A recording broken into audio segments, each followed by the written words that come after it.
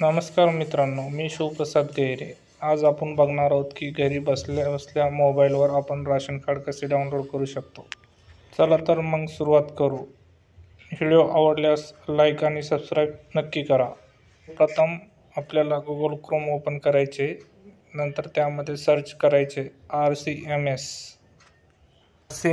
Type केल्यानंतर अशा प्रकारे पेज ओपन होईल.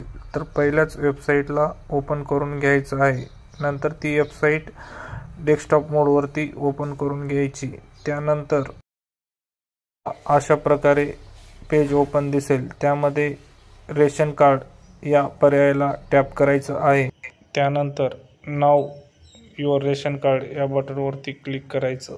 नंतर अशा प्रकारे पेज ओपन होईल. इथे व्यवस्थित कॅप्चा भरून घ्यायचा आणि व्हेरीफाय बटनवरती क्लिक करायचं.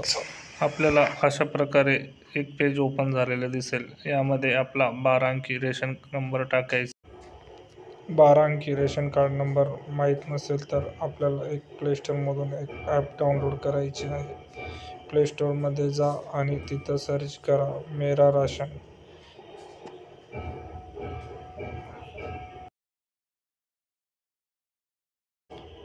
ही ॲप ओपन करून घ्या. ही ॲप ओपन झाल्यावर आपल्याला अशा प्रकारे दिसेल. हिला थोडंसं स्क्रोल करून घ्यायचं आहे.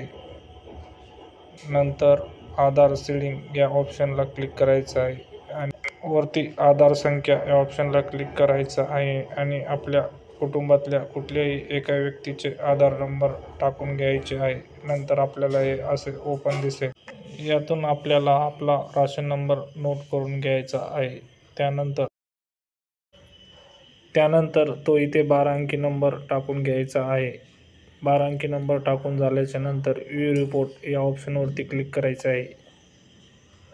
अशा प्रकारे आपलं रेशन कार्ड डाउनलोड झालेलं दिसेल. याला सेव्ह करण्यासाठी इथे सेव्ह बटनवरती जाऊन PDF ऑप्शनला सिलेक्ट करायचं आणि डाउनलोड करून घ्यायचं आहे.